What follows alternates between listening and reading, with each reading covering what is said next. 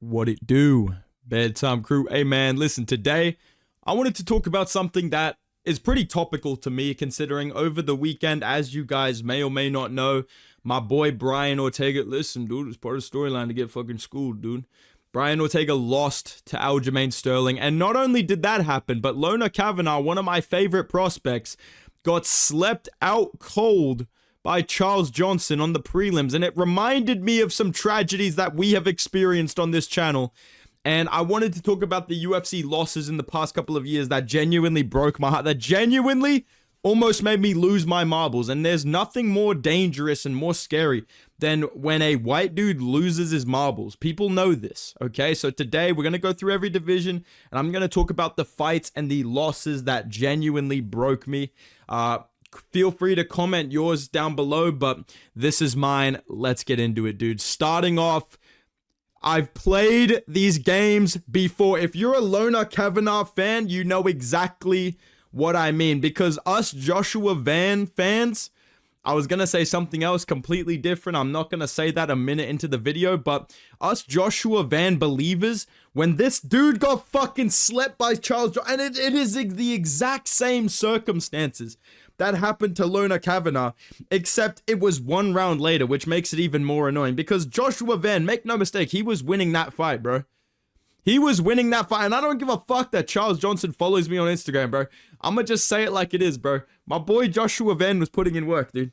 It was a great fight. It was super entertaining, just like the Lona Kavanagh knockout over the weekend. And then in round 3, Charles Johnson bombs a fucking right hand on the temple and then knocks him out with one of the nastiest uppercuts I've ever seen. My boy, dude, my boy got massacred, man. There's nothing else to say about it. This was one of the most tragic losses I have personally experienced when we got uppercutted out cold by Charles Johnson. This was a bad one, man. And the only thing that makes me able to talk about this and share my story is that we bounced back from this. Joshua Van bounced back. He is about to fight for the belt, and I feel like if you're a Lona Kavanagh fan, you're going through it. You're a British cat. Oh my days. Lona Kavanagh. Mate, he's the bloody future of the sport. If you are one of these British casuals that got your heart broken over the weekend, just know, bro, it gets better, dude. Dude, you gotta in times like this, you gotta be graceful, dude. That's all I gotta say, man. Joshua Van bounced back. I believe Lona Kavanagh can too. And as for, Charles Johnson, it's like the thumbnail says, it can't go on like this. It can't go on like this. This guy is addicted to ruining these flyweight prospects' lives. And yeah, this one definitely hit close to home. Let's move on, though, to the Bantamweight division. Now, this is going to be a little bit of a deep pull. And I just want to warn you in case this takes you back to a dark time in life. But Adrian Yanez getting slept out cold by Rob Font. Oh my fucking God, bro. There's so many layers to it. It's the fact that it was Rob Font, bro. It's the fact that he got fucking slapped in the boxing, bro. It couldn't. There's so many layers to this that just broke my heart. And it's the fact that it was like the type of loss where you go, yeah, I hyped up this Apex dude for no reason, bro. I love Adrian Yanez, bro. I was a believer of Adrian Yanez. I remember making videos being like, yeah, dude, Adrian Yanez versus Petr Yan, bro. It's going to be a sick fight one day. And this guy gets colded by fucking Rob Font. Are you serious, bro? And not only this, but this is just a personal anecdote. For UFC 287, which this fight took place on that card, I picked fucking, I had a bedtime masterclass, bro. I picked Masvidal to beat Burns. Does anybody have the Wi-Fi password? That didn't fucking happen. I picked Pereira to beat Adesanya again. That didn't fucking happen. And I picked Adrian Yanez confidently to beat Rob Font, and that certainly did not happen. My boy got, I don't want to say fraud checked. I don't like that term, but it is funny. Yeah, he just got finished really badly, and it was a fucking heartbreak. And the worst part about this, again, this is a personal anecdote, but I'm sure a lot of you guys can relate to the pain of losing Adrian Yanez as a serious top contender. I was on a fucking plane during this card, bro. I was literally in a fucking plane when this card took place. I landed. Can you imagine my face when I landed back home and I opened my phone and I see Pereira's been flatlined. Masvidal is fat. Yanez got flatlined. Are you fucking kidding me? So this one for me really hits home. This is one that I will remember for years to come. Yeah, Adrian Yanez, we miss you, brother. It's like he's still here, man. Let's move on, though, to the featherweight division, and I feel like this is a very obvious one. Max Holloway getting slimed out by Ilia Topuria. This is literally like watching, like, I feel like I could be probably less sad if I saw Ilia Topuria knock out my fucking mum. Like, bro, that's the level of pain I felt seeing Max Holloway lose. Because not only did he lose badly, but it was like he was doing good, bro. He was doing good. And on top of that, these fucking Ilia fans coming to my comment section with the roses. We destroyed Max Holloway. We destroyed Joe. We destroyed this guy. It's like, fuck, man. It just could not have... It is genuinely like the thing of when you lose to the toxic player. Like, the toxic player is just too good. You know what I mean? That is basically what happened to Max Holloway. He did it. He tried his fucking best. He did a good job. He landed some oblique kicks. He landed some nice elbows, some nice 1-2s, but he just could not overcome the toxic level 99 cheeser that is Ilia Topuria. And really, I could put Ilia Topuria up at lightweight for what he did to Charles Oliveira as well, but I'm not going to do that. I think this one hit personally like the hardest for me, dude. And this is a safe space. Let me know down below. Which of those 3 Coldings hurt you the most? Let me know. I'm sure there's going to be one guy. Dude, I literally was like celebrating when Max lost, bro. Dude, I literally hate Max Holloway and Volk, bro. I'm sure there's going to be one nerd in the comments. Dude, I was sad when Ryan Hall lost, bro. He's the future, bro. But all of us normal people, let me know down below, bro. Who was the worst one for you? Because for me, it was genuinely Max Holloway. And yeah, dude, this was a rough one, bro. I'm glad my boy bounced back because, bro, that shit was rough, dude. Let's move on to the lightweight division. Like I said, I could literally just put Ilia again. This guy is like dead ass trying to ruin my fucking life. But now that he's gotten rid of Volk and Max and Charles, I don't really care who he chins next. Like he's gotten rid of all of my favorite fighters. So for the lightweight division, and by the way, during this video, if I've remembered to edit, I've put in the knockouts. Like, I've put in a clip of the finish, you know, to kind of make this a little bit more interesting visually. I literally refuse to show or look up a video of Volk getting KO'd by Islam Makhachev. I'm not doing it, bro. I'm not doing it. I'm not reliving that moment of Volk getting KO'd by fucking Islam Makhachev at 6 in the morning with a fucking belly, dude. I'm not doing it. And I hate that I even have to bring this up, but this one fits the topic of the video so well. I would not be a true-blooded fucking Aussie, mate, if I didn't complain about this. Mate, fucking Makhachev, he's so lucky Volk was on short notice, bro. Seriously, mate. But nah, dude, this one was rough, bro. And I think the time zone really fucked me as well because I woke up at 6 a.m. and I didn't realize how early this Abu Dhabi card started. For whatever reason, I feel like most of them start at 5 a.m., but this one, for whatever reason, I woke up around that time, like 6 a.m., and the entire main card was done except for this fight. Volk was literally walking out. So I'm just laying on a fucking couch at 6 a.m. I'm watching Volk walk out, and he just gets head kick KO'd, and I was just like, fuck, dude. That's my Sunday ruined. That's my Sunday, that's my week, that's my month completely fucking gone. So as a Aussie casual, I just have to say, mate, that fucking bullshit, bro. Why would you fucking do that to Volk, mate? Volk is easily the pick here at lightweight. I can understand the Charles Oliveira fans picking Charles getting KO'd by Ilia, but for me, and by the way, I almost considered putting Ortega losing to Aljo here, but you know, this one hurt more. This one was less expected. Like, I kind of knew Ortega was cooked after the weigh-ins, I'm not gonna lie. But this one, I thought he would lose. I didn't think he would get flatlined, bro. So to see Volk go through that, and you know, I didn't think I'd struggle with it. You know, all that type of shit, man. This is just one of the worst moments in UFC history. And I'm glad that my GOAT has bounced back from this moment since then, because that was a real dark period being a fucking Australian MMA fan. Watching Volk get chinned, bro. I don't even want to, like I said, I refuse to even show the video of it. I'm refusing to relive that moment. Let's move on, though, to the welterweight division. And this is another kind of deep pull. I'm not going to lie. I'm not trying to go too far back to when my boy, you know, my boy Robbie Lawler got smudged by Neil Magny, or, you know, when Darren Till got fraud checked by Tyron Woodley. I'm not trying to go back to those days. I'm trying to keep it somewhat topical and relevant. Vicente Luque losing to Jeff Neal, bro. If you, bro, I don't, like, man, I hope you guys feel what I felt when that happened, man. Because people were mad about the Buckley one. I remember Guru crashing out about the Buckley one. That one didn't really hit for me because I knew it was coming. I picked Buckley in that fight. The Jeff Neal one, come on, man. Come on, man. Why do you have to fucking triple uppercut and then boom, flatline Vicente Luque? That one was just so rough to watch because it looked like a fucking crime scene. Like, it genuinely looked like a crime. And seeing Vicente Luque, one of my favorite welterweights of all time, I remember the run that he went on when he subbed Michael Chiesa, who I just hate for whatever reason. I just cannot stand fucking Michael Chiesa, who, like, just smudges people. It's like, don't ever talk about my fucking mom. You know what I mean? Just bringing that male Karen energy.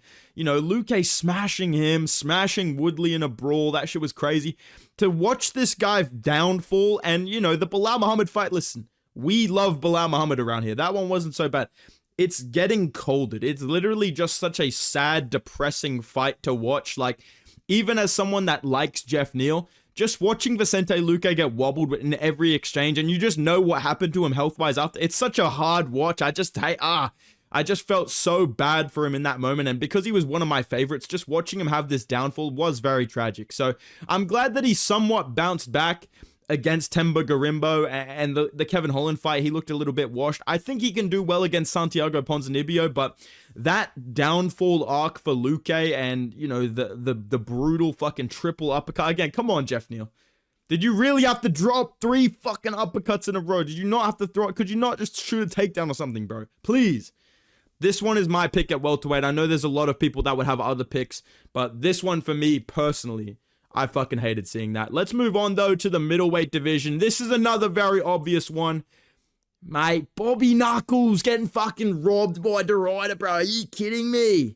Fucking Rainier DeRuyter hugging him up against the cage, bro. Like, seriously. I don't think Robert Whittaker got robbed. I'll just say that. I know I'm an Aussie casual. I'm interested in doing an interview with Robert Whittaker at some point. That's something I'm working on. But I just have to say it like it is. Seeing Robert Whittaker lose a split decision when this was a fight that he really needed to win, it's just sad, bro. Like, I just feel like sometimes, I don't know about you guys, but sometimes watching your favorite fighter just get finished is almost less depressing than watching them just not do enough to win a fight and just losing a close-ass decision and just being like, ah, fuck. You know what I mean? That for me, for whatever reason, when Robert Whittaker lost to Adesanya by finish, when he lost to Duplessis, I wasn't like, damn, man, my boy's cooked. I was just like, oh, that sucks for him, but he'll be back. These guys are great. You know what I mean? And Rainier DeRuyter is great. He's in the channel banner. We believe in the Rainier DeRuyter title run, except for the Fluffy fight. I'm picking Fluffy, but regardless, I have never switched up on him. I never switched up on anybody. Rainier DeRuyter is good. It is just the fact that Robert Whittaker had so many moments in this fight and so many like elements to the matchup that I think he could have capitalized on to win this fight. Like, all he needs is 2 or 3 more moments in round 5 or round 4, and he wins this fight. Like, he knocked him down. He had him really badly hurt. I'm not going to bring up the glove. I'm not going to say that Rainier DeRuyter used a glove grab when he got finished, but Rainier DeRuyter did grab the gloves when he nearly got finished. I'm not trying to fucking cope, but yeah, seeing Robert Whittaker lose a split decision and just, yeah, that one's fucking tough for me, man. Because it puts him in such a cooked spot where he's like number 7 in the division. Like, he's in that Marvin Vettori spot, even though he's so much better than that level of fighter. It is really sad to see. I hope my GOAT can bounce back quickly. I hope he can bounce back against somebody ranked below him. But yeah, Robert Whittaker, I feel for him losing a split decision. This one was tough. And like I said, sometimes it is almost that close loss that is more heartbreaking, because you're like, fuck, he almost had it. That is almost worse than if DeRuyter just like destroyed him. You know what I mean? Because then I would have just been like, ah, man, it's past his prime. But it's like he did good, but just missed out on a couple of moments. So that, to me, is almost more frustrating, more depressing sometimes than them getting finished. Robert Whittaker is my pick for the middleweight division. This next one at light heavyweight, I don't think I'll ever let this one go, bro. I'm being dead ass. I don't think I'll ever let this one go. I've kind of let go of the other ones. I'm not going to hold you, bro. I don't hold it in my heart against Islam. I've found forgiveness for Makhachev, and I've almost, I won't say I've fully found forgiveness for Ilia Topuria, but I'm starting to come around. You know, Rob Font, I've let bygones be bygones. When Ryan Spann fluked Dominic, I'm dead ass I'm never like changing my mind on this. I'm hate watching Ryan Spann till the day that I die. That's just it. Because this one is not only the fact that Dominic Reyes lost, and we love Dominic Reyes, and he got robbed against John Jones, right? It's not only that element to it, like watching him have this downfall, and you kind of felt like, well, Ryan Spann's not actually that good. Dominic Reyes is just chinny now that he's been finished. You know what I mean?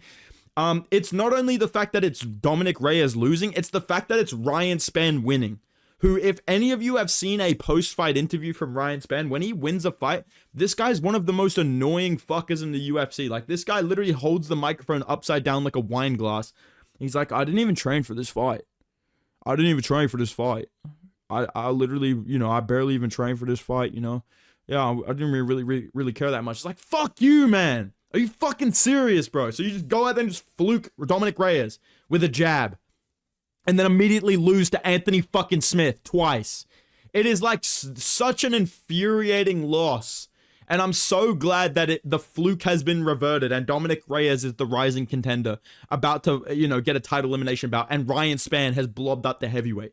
I'm so glad that that the universe has like course corrected to what is proper, which is Dominic Reyes being like a legit top light heavyweight contender, and Ryan Spann, hey, Ryan Spann could fluke him. You know what I mean? That's it. That's what it should be. Prime Reyes would have easily won that matchup. If they rematched right now, Dominic Reyes finishes him easily. And this loss was so painful at the time as a Dominic Reyes fan. It felt like the end of his career, to be honest, because he disappeared for so long.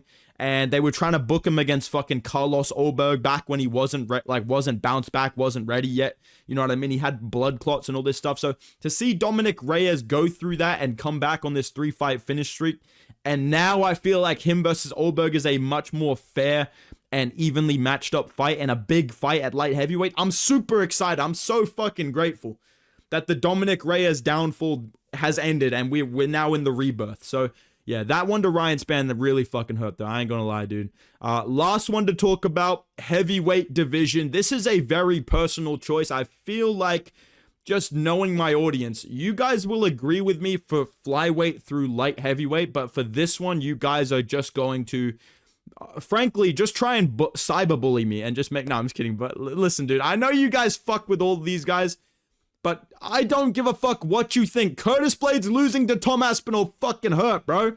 That's my boy, dude. That's my fucking dog, bro. Curtis Blades.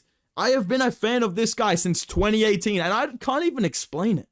I can't even explain. I don't know about you guys, but I have these random UFC fighters that you've just always been a fan of. You can't quite put your finger on what it is, but they've just always been like, yeah, I fucking like this guy. This guy's cool. I hope he wins, dude. Curtis Blades was on the first ever UFC pay-per-view I watched in full. UFC 225, Whitaker Romero 2. Great card. Great card. What a card it was. Colby was on the card. Rafael Dos Nachos, he was on the card as well. CM Punk, what a fighter. And Curtis Blades was on that card as well. So to see Curtis Blades stay at the top for so long and be the guy that fluked an injury over Tom Aspinall, and he was doing good in that fight too, I'm not going to lie.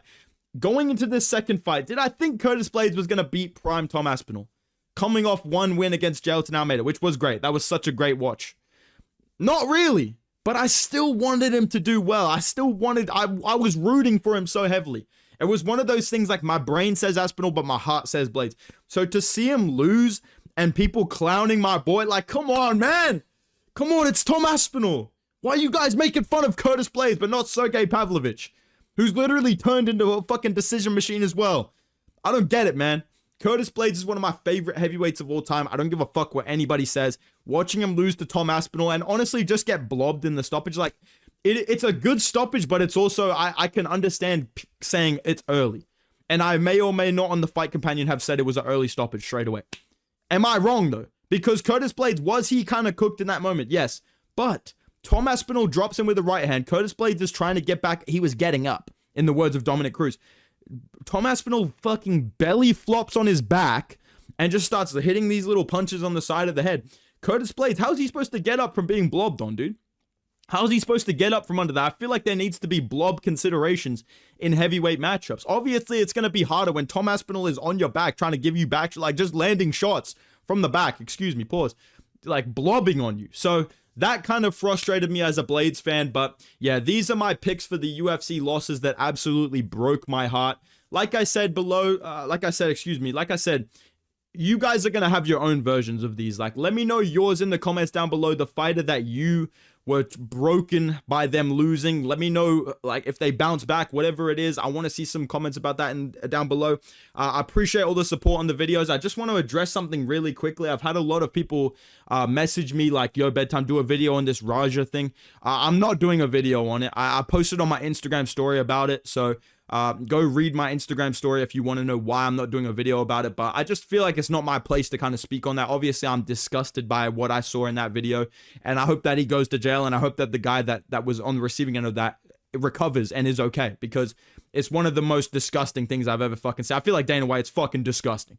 But I just don't feel like I'm a goofy tier list guy. I don't really feel like it's my place to just try and make a video, because people are like, yo, bro, we need to rant about this. It's just, I feel like that's just distasteful. So hopefully you guys understand where I'm coming from. I hope you guys enjoyed the video. If you did, drop a like, subscribe. We're trying to get to 100K this year, so I really appreciate all the support. Go follow me on Instagram and Twitter, like I said, at Bedtime MMA, and I will see you guys in the next video, man. Goodbye.